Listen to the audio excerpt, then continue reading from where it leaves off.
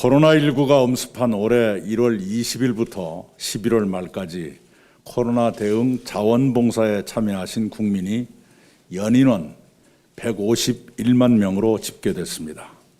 코로나가 없던 지난해 같은 기간보다 10배를 넘는 국민들이 참여하신 것입니다. 자원봉사자들은 방역 소독, 마스크 제작과 배부, 격리자 지원 등의 봉사에 오셨습니다.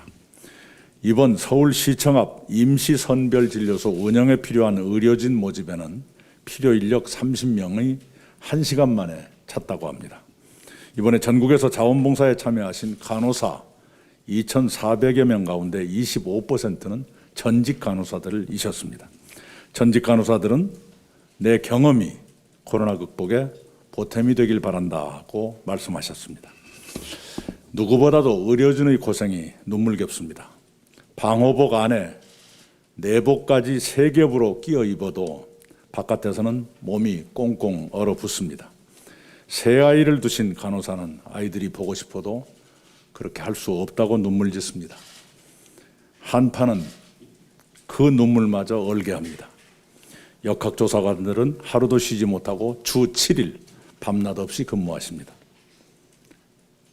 어제는 확진자가 다녀간 의원의 간호조무사 한 분이 코로나에 감염돼 세상을 뜨셨습니다. 명복을 빕니다. 헌신하시는 한 분 한 분께 미안하고 고맙습니다. 그런 연대와 협력이 우리의 코로나 극복에 큰 힘이 될 것이라고 확신합니다. 그런 분들의 희생을 생각해서라도 너나 없이 방역에 철저히 협조해야겠습니다. 일부의 비협조가 국민께 얼마나 큰 피해를 드리는지, 의료진의 희생을 얼마나 요구하는지 함께 생각했으면 합니다. 또한 야당은 국민의 불안과 공포를 조장하고 있는데 그런 행태는 방역을 교란하고 위기를 증폭시키며 결과적으로 민생 안정을 해칩니다. 야당은 눈앞의 정치적 이익만 생각하지 마시고 방역과 민생을 도와주시기 바랍니다. 국민의 건강과 생활 앞에 여야가 따로 일 수 없습니다. 착한 건물주님, 고객님과 이 고마움을 나눌게요. 지난주 인천의 한 국밥집에 임차료를 면제해 주시겠다는 임대인께 감사를 드린다는 현수막이 이렇게 내걸렸습니다. 임차인도 고마움을 나누겠다며 국밥값을 올리지 않겠다고 약속하셨습니다. 가슴 뭉클한 얘기입니다.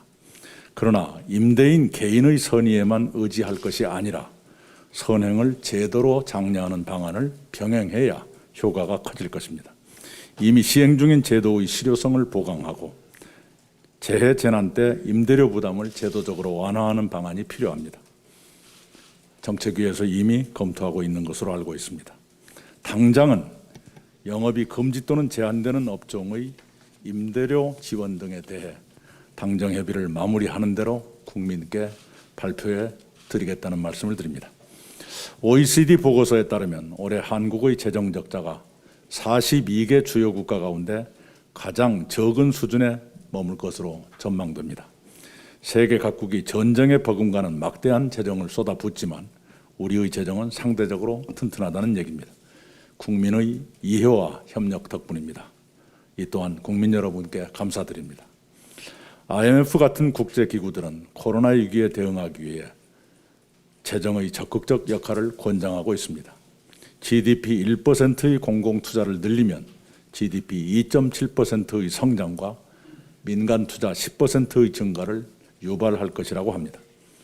그런 관점에서 우선 오랫동안 고통을 겪으시는 소상공인, 자영업자, 취약계층을 위해 재정, 세제, 금융 등 종합 지원 대책을 마련해야겠습니다. 이 또한 당정 간의 협의가 진행되고 있으므로 가까운 시일 내에 국민 여러분께 발표해 드릴 수 있을 것입니다. 대북전단 살포를 규제하는 남북관계발전법 개정에 대해 일각에서 표현의 자유를 침해하고 북한 인권 증진에 역행한다고 주장합니다. 그런 주장에는 잘못된 정보에서 출발한 오해와 왜곡이 있음을 말씀드리지 않을 수 없습니다. 대북전단 살포는 112만 접경지역 주민들의 생명과 안전을 위협하는 행위입니다.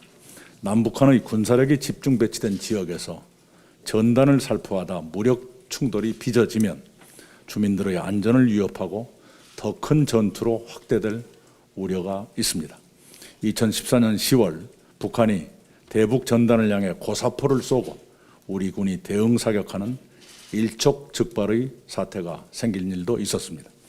표현의 자유는 존중돼야 합니다. 그러나 그것이 국민의 생명과 안전보다 우위에 있지는 않습니다.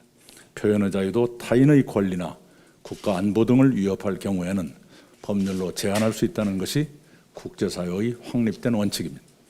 개정된 남북관계발전법은 표현의 자유 전반을 제한하는 것이 아니라 민통선 이북에서의 전단 살포에만 적용됩니다. 최소한의 범위에서 전단 살포를 규제하는 것입니다. 그런 사정을 간과하고 미국 의회 일각에서 개정법의 재검토를 거론하는 것은 유감스럽습니다. 누구든 한국 국민의 안전과 한국 국회의 결정을 존중해야 마땅합니다. 공수처장 후보 추천위원회가 공수처장 후보 추천을 28일로 연기했습니다. 28일은 반드시 후보 추천이 이루어져야 합니다. 그래서 내년 1월 안에 공수처장 후보의 인사청문회와 처장 임명까지 매듭지을 수 있도록 하겠습니다. 검찰개혁 시즌2는 차분히 준비하고 내실 있게 추진할 것입니다. 네, 이상입니다.